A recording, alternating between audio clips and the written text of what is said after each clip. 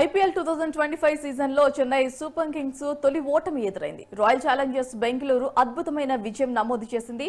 197 పరుగుల లక్ష్య ఛేదనలో సీఎస్కే 146 పరుగులకు 8 వికెట్లు కోల్పోయింది.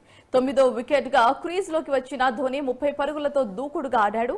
గత సీజన్లో 8వ స్థానంలో ఆడిన ధోని ఈసారి తొలి మ్యాచ్ను అదే ప్లేస్మెంట్ లో ఆడాడు. ఇప్పుడు ఆర్సీబీతో పోరులో ఇంకా దిగువన బ్యాటింగ్ కు వచ్చారు. అప్పటికే సీఎస్కే ఓటమి ఖరారైంది. అయినా సరే ధోని ఇంకాస్త ముందు వరుసలో బ్యాటింగ్ కు వస్తే బాగుండేదని మాజీ క్రికెటర్లు, అభిమానులు అభిప్రాయం వ్యక్తం చేశారు.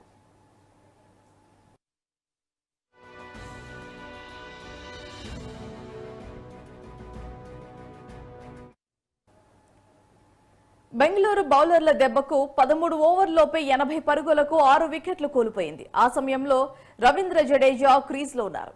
ధోని బ్యాటింగ్ కు వస్తాడని అంతా ఊహించారు. అనూహ్యంగా అశ్విన్ దిగాడు.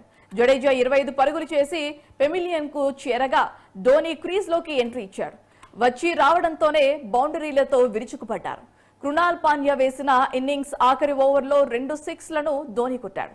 అదే దూకుడు కాస్త ముందు వచ్చి ప్రదర్శించి ఉంటే తప్పకుండా సీఎస్కే గెలిచే ఉండేదని మాజీ క్రికెటర్ రాబిన్ పోస్ట్ చేశారు. మాజీ ఆల్రౌండర్ ఇర్ఫాన్ పఠాన్ కూడా మేనేజ్మెంట్ నిర్ణయాన్ని తప్పుపట్టారు. సీఎస్కే ఆలోచన ఏంటో అర్థం కావడం లేదంటూ పలువురు అభిమానులు కమెంట్స్ పెట్టారు.